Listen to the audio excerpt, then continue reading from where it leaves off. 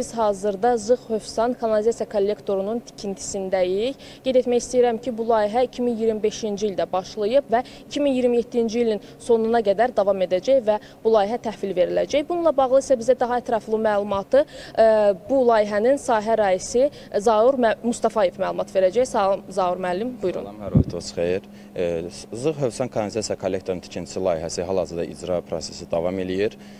Ümumilikdə 6.5 kilometr mikrotunel tipli kanalizasiya kollektoru və ümumilikdə 14 quyudan ibarət bizim quyularımız tikintisi və quraşdırma işləri davam edir. Hal-hazırda Nasıxana meydançasındayıq. Bura Nasıxanadır və burada hal-hazırda bünövrən armaturlanma işləri aparılır.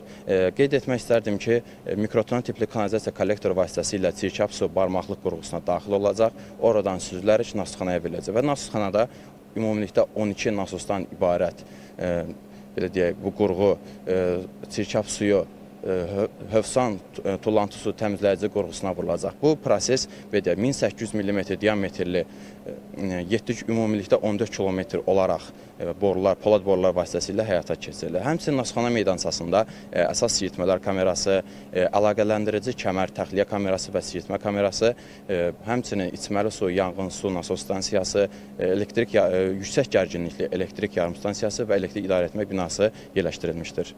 Təşəkkür edirəm Zaur bəy. Bizim isə hələlik sizə çatdırmaq istədiklərimiz bunlar idi. Gün sonunda saat 20 efirində sizə reportajımızı da təqdim edəcəyik.